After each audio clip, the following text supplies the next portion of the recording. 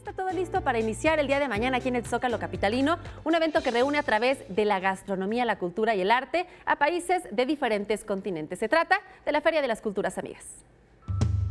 Este sábado 21 de mayo, la Feria de las Culturas Amigas regresa, en esta ocasión con Francia como país invitado especial.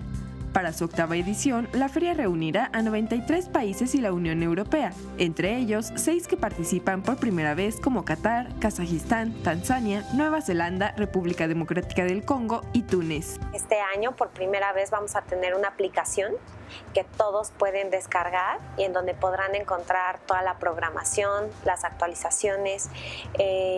También hemos modificado la estructura a la del año pasado, que esperamos que sea para el disfrute de todos.